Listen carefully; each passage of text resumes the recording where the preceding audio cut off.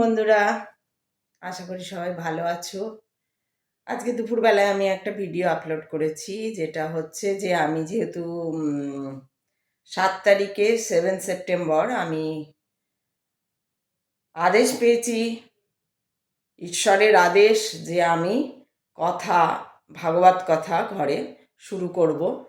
আর এছাড়াও এর পরে হচ্ছে যদি কেউ কথা চাও যে কারুর ঘরে কথা করাবে, ভগবত কথা, তো অনেকে করে জন্মদিনে, মানে কোনো বাচ্চার জন্ম হলে তার 21 দিন পরে করায়, বা এরকম অনেক কিছু অনুষ্ঠানে করায়।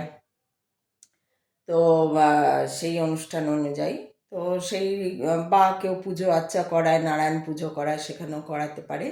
তো বাংলায় যদি কেউ কথা শুনতে চাও, কথা করতে চাও, এবং যদি সেখানে মনে হয় যে আমাকে তোমরা বলবে, তাহলে বলতে পারো, কারণ আমার সেই আদেশ আছে যে আমি গিয়েও কথা করতে পারি। তো সেই জন্য, আর তোমরা তো আমাকে দেখছোই আমি কিভাবে বলছি। যারা আমার ভিউয়ার্স, তাদের মধ্যে যদি এরকম কেউ থাকে বা তাদের চেনা জানা কেউ থাকে, এইটা তোমরা তাদের মধ্যে ছড়িয়ে দিতে পারো, বলতে পারো। তাতে এই যে আমরা মুখে বলি না যে সবার মঙ্গল হোক ভগবান, তো এইটাই হচ্ছে সেই সবার মঙ্গল হওয়ার একটা পথ। যে আমি যে আদেশটা পেয়েছি সেটা হচ্ছে সবার মঙ্গলের জন্য। তো তোমরা যদি সত্যিকারের সবার মঙ্গল চাও, দেখা যাবে এবার যে সত্যিই তোমরা সবার মঙ্গল চাও কি না।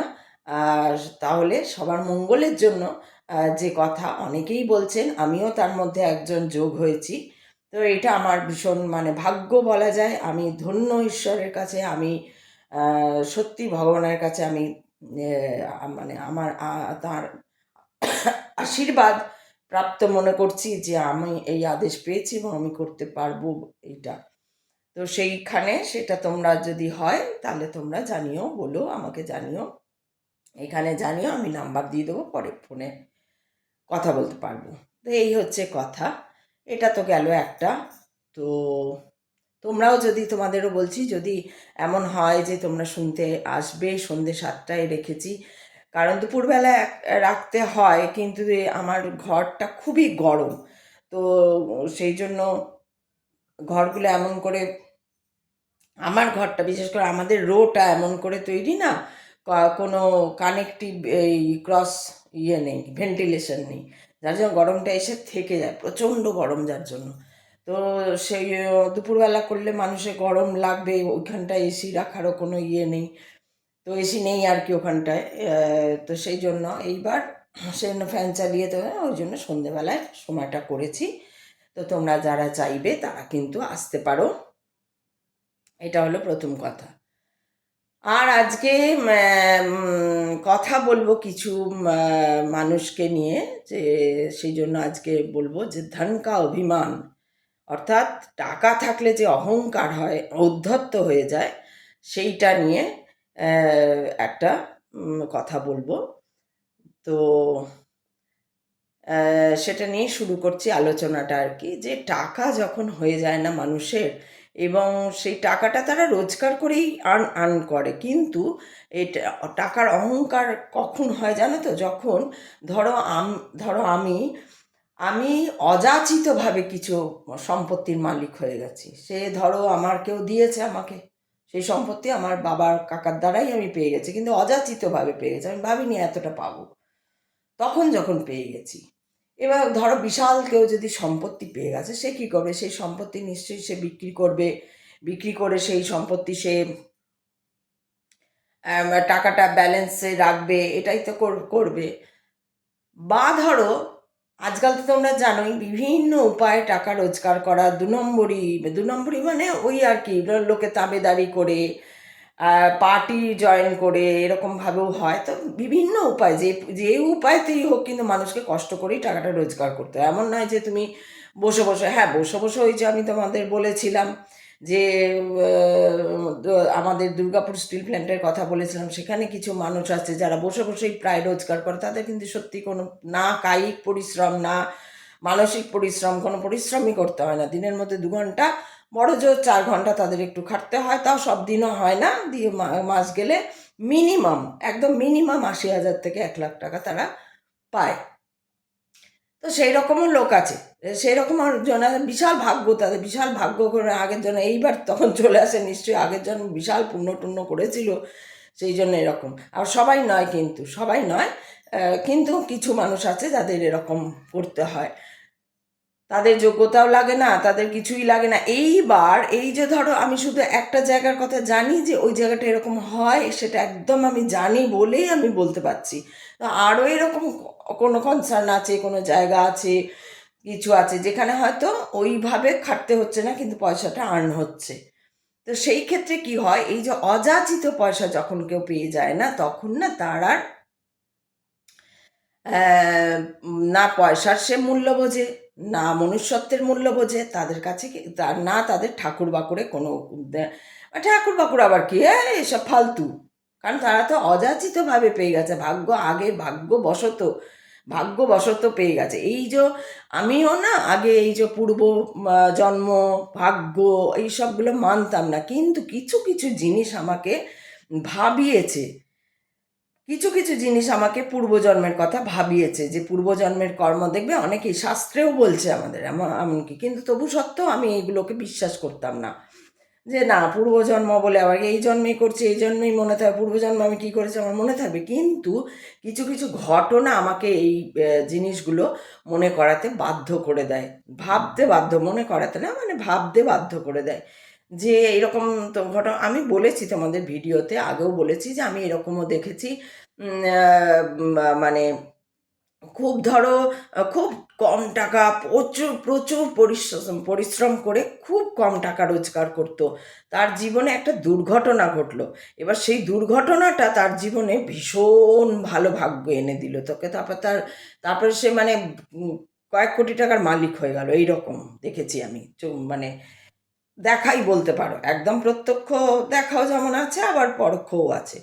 তো সেরকম দেখাও আমি দেখেছি যে কিচ্ছু ছিল না, একদম কুড়িয়ে ঘর, অন্যের বাড়ি কাজ করে সে খেত, কিন্তু এমন একটা তার সঙ্গে দুর্ঘটনা ঘটলো, সেই দুর্ঘটনার জন্য সে একদম বিশাল অথরিটির একদম চাকরি পেয়ে গেল, লাখ লাখ টাকা, হয়তো তার এতদিন তো কোটি টাকা হয়ে গেছে। কারণ তার ইয়ে তো খুব একটা বাড়েনি, সে তো ছিল একরকম খুব কম ইয়ের মধ্যে চালিয়ে নিচ্ছিল বা, এবার তার যাই হোক সেইটাতে আমি যাচ্ছি না।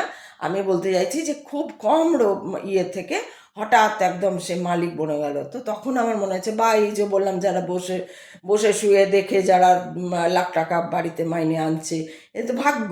তখন আমার মনে হচ্ছে ভাই, এর না লেখাপড়া জানে, না এর লেখাপড়া না জানো, কী বলে ফর্মাল এডুকেশান হয়তো সে খুব একটা করতে পারেনি বা কিছু, কিন্তু একটা জ্ঞান তো থাকবে মানুষের, একটা একটা একটা সামান্য জ্ঞান তো, সেন্স তো থাকবে।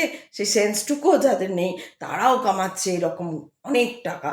তো তখন আমার মনে হচ্ছে ভাই, চাকরি পাচ্ছে, একটা অথরিটিতে চাকরি পাচ্ছে, এমন নয় এলেবেলে জায়গা চাকরি করে টাকা কামাচ্ছে, এমন নয় যে কোনো পাটিবাজি করে টাকা কামাচ্ছে, মানে নাম করা অথরিটিতে কি করে পেয়ে যেতে পারে। সেও আবার যাই হোক অনেকেই তো পায় এরকম, যাই হোক সেটা নিয়ে আমি যাচ্ছি না, কিন্তু আমার কথা হচ্ছে এই যে ধনটা এ পেয়ে যাচ্ছে, এই ধনটা পাওয়ার জন্য তার কি হয়ে যাচ্ছে, ঔদ্ধত্য হচ্ছে, অভিমান, ঔদ্ধত্য।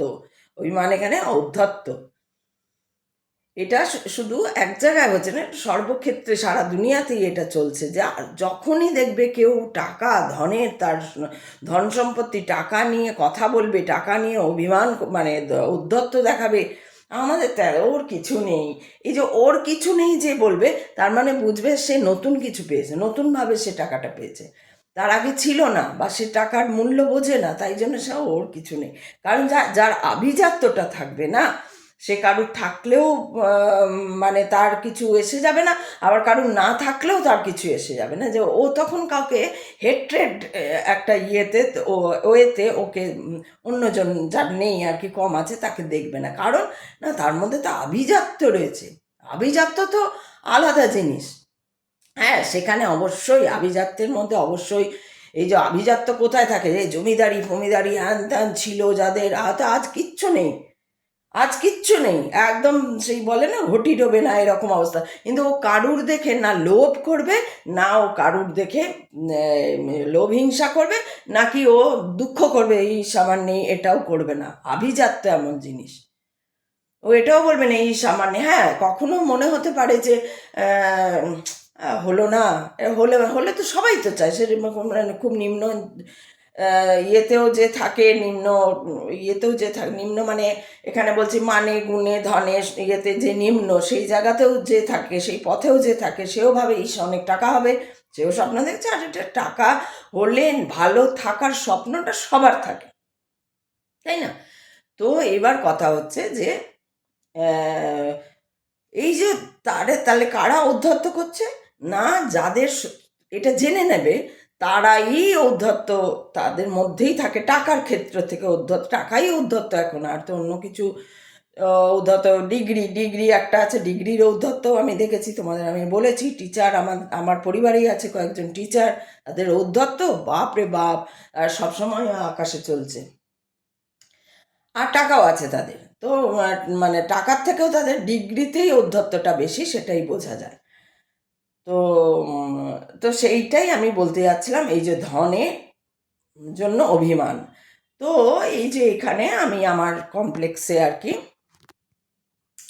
এই যে মানুষজনগুলোকে দেখছি, তো আমি ওখানে তাদেরকে একজনের দ্বারা, কারণ আমি তো সবাইকে চিনি না, আমি তো তোমাদেরকে বলেইছি, জানো যে আমি যে খুব একটা বেরোই, কথা বলি, কারণ মিলবে না, মানসিকতায় মিলবে না, তো আমি কার সঙ্গে হ্যাঁ দেখা হলে হাই হ্যালো ওইটুকুনি। তো আমি একজন যিনি আসেন বয়স্ক ভদ্রমহিলা, বয়স্ক মাসিমা, তিনি আসেন, তাকে দিয়ে আমি বলেছি যে তুমি, উনি ক্লাব যায় আর কি, সেই ক্লাবে মহিলা মণ্ডল হয়, তা আমি বলেছি তুমি ওনাদের সবাইকে বলো, কথা হবে, যদি কেউ চায় শুনতে আসতে। এবার তাদের কথাটা শোনো, তারা বলেছেন যে আমরা জলিকে বলে দিও আমরা অ্যাকসেপ্ট করলাম না। কি হবে এখানে? আমার নিজস্ব পারিবারিক কোনো অনুষ্ঠান নয় যে আমি বাড়ি গিয়ে গিয়ে আমার ছেলের বিয়ে, মেয়ের বিয়ে, ছেলের জন্ম, মেয়ের জন্ম, অন্নপ্রাশন বা কিছু আমি গিয়ে ওখানে ইয়ে করব না। আমি ভাগবত কথা করব, আমি শ্রীকৃষ্ণের কথা বলবো, আমি জীবন সংগ্রামের কথা বলবো, যা ওখানে শ্রীকৃষ্ণ অর্জুনকে যেভাবে বলে গেছেন সেই কথা, যে কথা এখানেও বলছি, যে কিভাবে কিভাবে রাগ হলে কিভাবে কমাবে, এই যে উদ্ধত্ত কিভাবে কমানো যায়, এই যে দেখছো তো, এইখানে আমি কেন এটা নিয়ে এলাম না, এটা একটা আমাদের শিক্ষণীয় ঘটনা, এটা একটা আমাদের পয়েন্ট, এটা একটা পয়েন্ট।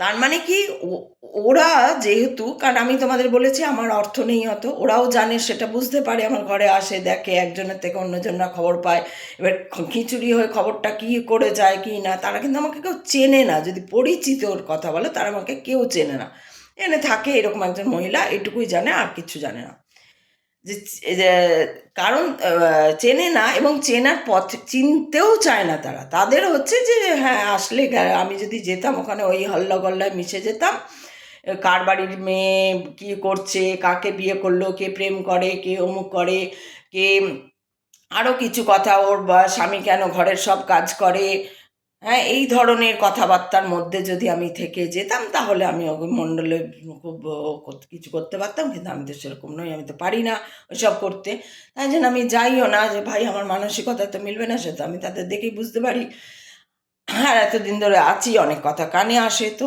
বুঝতেই পারি। তো সেইখানে গিয়ে কিছু জন এরকম বলেছে যে এরকম ইয়ে, তো এর থেকে আমরা কি শিখলাম, এই যে কথাটা, এর থেকে আমরা কি শিখলাম, যে উদ্ধত্তবোধ কোথায় চলে গেছে, ইগো কোথায় চলে গেছে, ইগোর পরত আস্তরণ যে কত পড়তে পড়তে গেছে, যে তারা একবারও ভাবছে না ভাই এ কি বলছে, শ্রীকৃষ্ণের কথা, ভাগবত কথা হবে।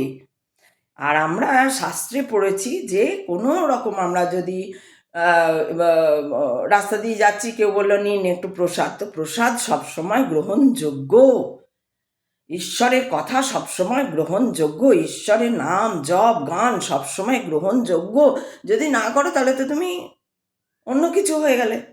তোমরাই বিচার করো, যারা ঈশ্বরকে বলো, আত্মজ্ঞানের কথা বলো, আধ্যাত্মিকতার কথা বলো, এই পথকে যারা মানতে চাইছে না, তাহলে তারা কি, সেটা আমি এখানে কিছু বলবো না, তোমরাই ভেবে নাও যে তাহলে তারা কি, তাহলে তা ওদের মধ্যে যাই হোক কেউ বলেছে, আমি অত জানি না, কিন্তু যে আমরা অ্যাকসেপ্ট করলাম না, এই কথাটা উনি বয়স্ক 80 বছর বয়স ওনার, ওই ভদ্রমহিলা আমাকে বলছেন যে ওরা বলেছে আমরা অ্যাকসেপ্ট করলাম না। কি অ্যাকসেপ্ট করলে না? কি অ্যাকসেপ্ট করলে না তোমরা? কি অ্যাকসেপ্ট করলে না?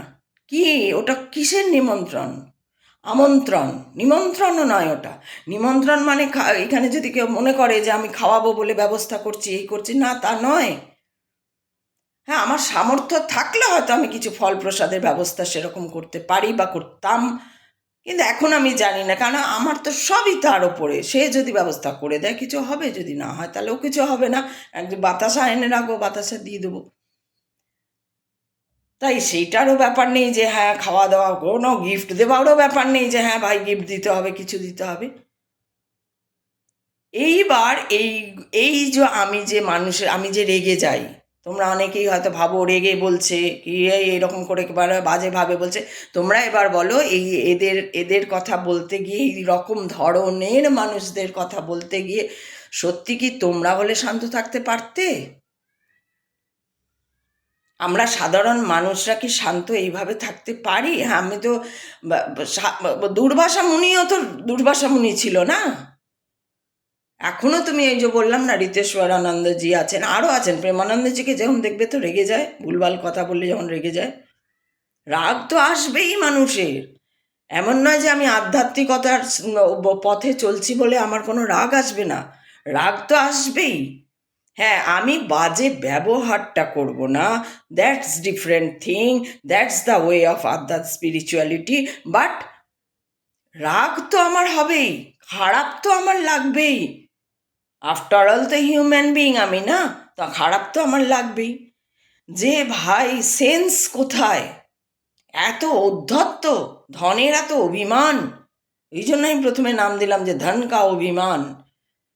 ধনের এত ঔদ্ধত্য, ওরা জানে যে এর ভাই কিছু নেই, ঘরে বসার জায়গা নেই, অমুক নেই, শুনেছে এটা অন্যদের মুখে, এতদিনে 2 বছরের শোনা হয়ে গেছে সেগুলো। হ্যাঁ, এর বাড়িতে কি যাও, এ আর কি জানে, মানে এই পয়সার সঙ্গে মানুষকে বিচার। তাহলে তোমরা বা আমরা যদি করি শাস্ত্রে, এগুলো সব শাস্ত্রের কথা, এগুলো জানবে সব শাস্ত্রের কথা।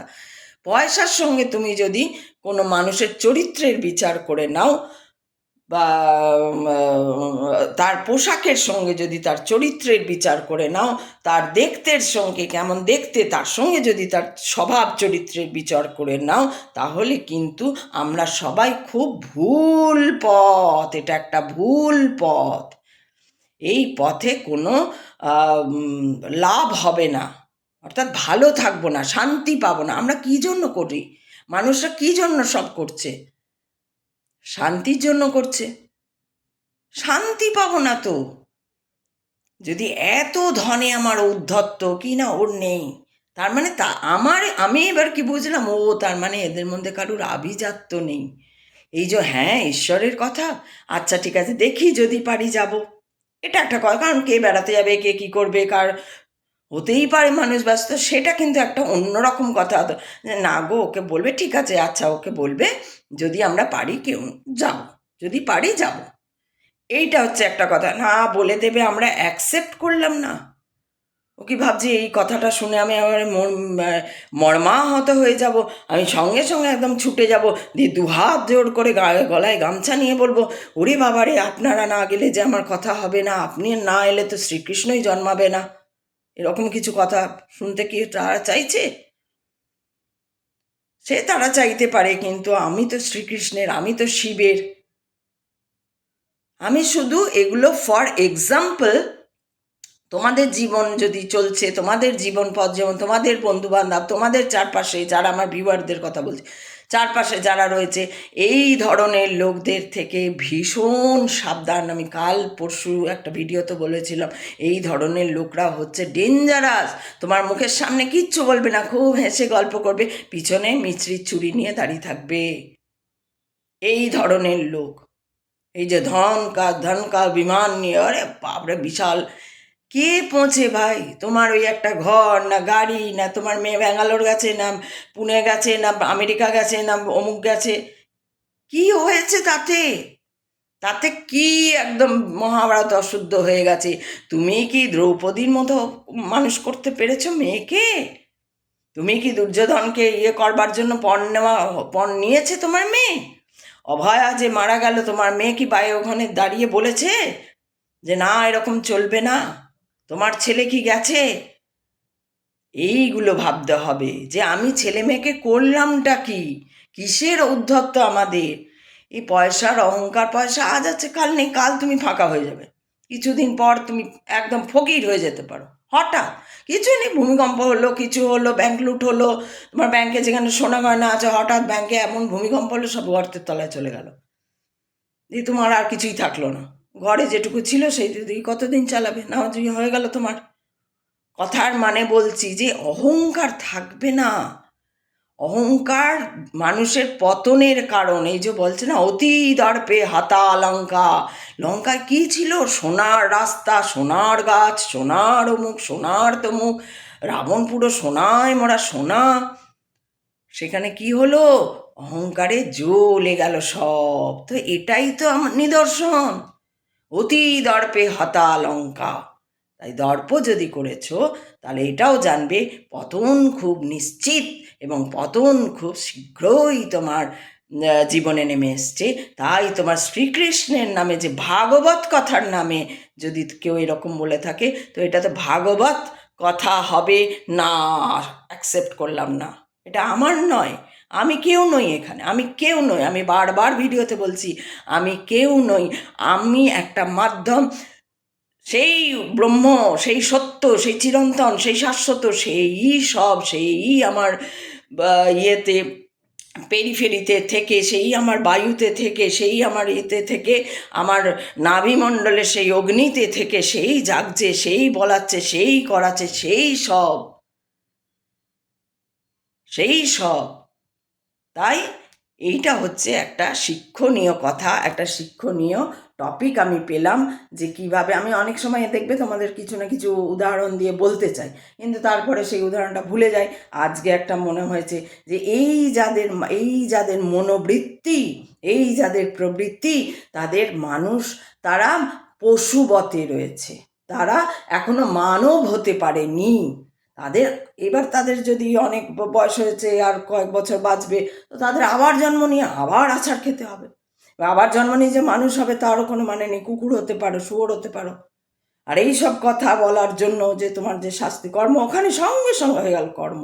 আমাকে কিছু করতেই হবে না, বলতেই হবে না। আমি শুধু ফর এক্সাম্পল যে তোমাদের যারা আছো আমার ওপাশে, তোমরা যারা 23 জন, 22 জন, 20 জন, 21 জন যারাই দেখছো, 1-1.5 মিনিটও দেখছো, তারাও জানবে যে তোমাদেরও কর্মফল, সবার আমার কর্মফল ওইখানে একদম সঙ্গে সঙ্গে। আমি এখানে ভুল বলছি, ওখানে কর্মফল। আমি এখানে গালি দিচ্ছি, ওখানে কর্মফল।